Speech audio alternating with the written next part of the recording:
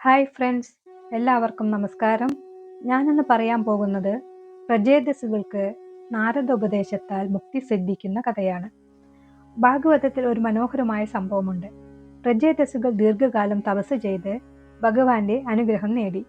പിന്നീട് ഗൃഹസ്ഥ ജീവിതം നയിച്ചെങ്കിലും അവരുടെ ഹൃദയം ഭഗവാനിൽ നിന്ന് അകലെയായില്ല. അപ്പോൾ മഹർഷി നാരദർ അവരെ സന്ദർശിച്ചു. നാരദർ പറഞ്ഞു, ലോകകാര്യങ്ങളെല്ലാം അനിത്യമാണ്. ഭഗവാന്റെ ഭക്തിയും നാമസ്മരണവും മാത്രമാണ് ശാശ്വതം. ആ ഉപദേശം ഹൃദയത്തിലേറ്റ പ്രചേതസ്സുകൾ വൈരാഗ്യത്തോടെ ഭഗവാനെ ധ്യാനിച്ചു. അവസാനം അവർ പരമപദം പ്രാപിച്ചു, മുക്തി നേടി.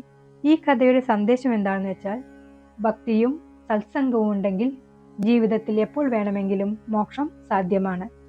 ഡെയിലി ഭാഗവതം സ്റ്റോറീസ് കാണാൻ ചാനൽ സബ്സ്ക്രൈബ് ചെയ്യുക. ഇഷ്ടപ്പെട്ടാൽ ലൈക്ക് ചെയ്യാനും ഷെയർ ചെയ്യാനും മറക്കരുതേ. നന്ദി, നമസ്കാരം.